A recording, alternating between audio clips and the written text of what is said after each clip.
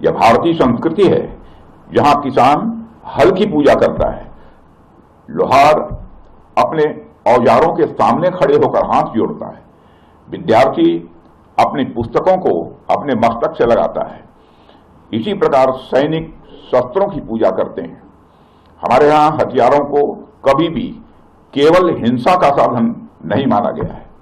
हमारे लिए शस्त्र केवल एक टूल नहीं है, शस्त्र केवल शक्ति प्रदर्शन के लिए नहीं है, बल्कि हम यह मानते हैं कि शस्त्र धर्म की स्थापना करने के यह साधन है। इसलिए भगवान श्री राम ने अपने धर्म धनुष से अधर्मी रावण का वध किया और मां दुर्गा ने अपने शस्त्रों से असुरों का संहार किया। भगवान कृष्ण के सुदर्शन चक्र ने अधर्मियों को समाप्त किया। शस्त्र भक्ति आसुरी ताकतों के खिलाफ दैवी शक्ति के विजय का यह महात्म्य दर्शाती है। इसलिए जब हम किसी शस्त्र की पूजा करते हैं तो हम उसके साथ ही यह संकल्प भी लेते हैं कि इस शक्ति का प्रयोग केवल धर्म और न्याय की रक्षा के लिए ही किया। यह भारतीय संस्कृति है जहां किसान हल की पूजा करता है, लोहार अपने औजारों के सामने खड़े होकर हाथ जोड़ता है, विद्यार्थी अपनी पुस्तकों को अपने मस्तक से लगाता है। इसी प्रकार सैनिक शस्त्रों की पूजा करते हैं। हमारे यहाँ हथियारों को कभी भी केवल हिंसा का साधन नहीं माना गया है।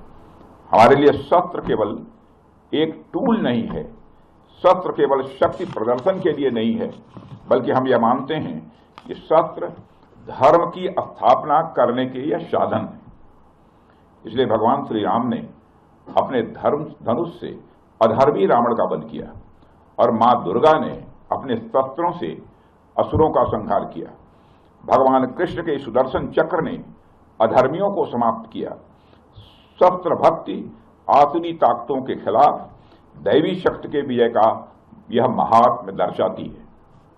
इसलिए जब हम किसी शस्त्र की पूजा करते हैं तो हम उसके साथ ही यह संकल्प भी लेते हैं कि इस शक्ति का प्रयोग केवल धर्म और न्याय की रक्षा के लिए ही किया। यह भारतीय संस्कृति है जहां किसान हल की पूजा करता है, लोहार अपने औजारों के सामने खड़े होकर हाथ जोड़ता है, विद्यार्थी अपनी पुस्तकों को अपने मस्तक से लगाता है। इसी प्रकार सैनिक शस्त्रों की पूजा करते हैं। हमारे यहाँ हथियारों को कभी भी केवल हिंसा का साधन नहीं माना गया है। हमारे लिए शस्त्र केवल एक टूल नहीं है, शस्त्र केवल शक्ति प्रदर्शन के लिए नहीं है, बल्कि हम यह मानते हैं कि शस्त्र धर्म की स्थापना करने के यह साधन है।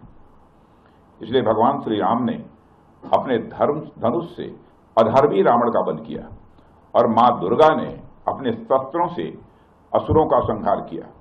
भगवान कृष्ण के सुदर्शन चक्र ने अधर्मियों को समाप्त किया। शस्त्र भक्ति आसुरी ताकतों के खिलाफ दैवी शक्ति के विजय का यह महात्म्य दर्शाती है।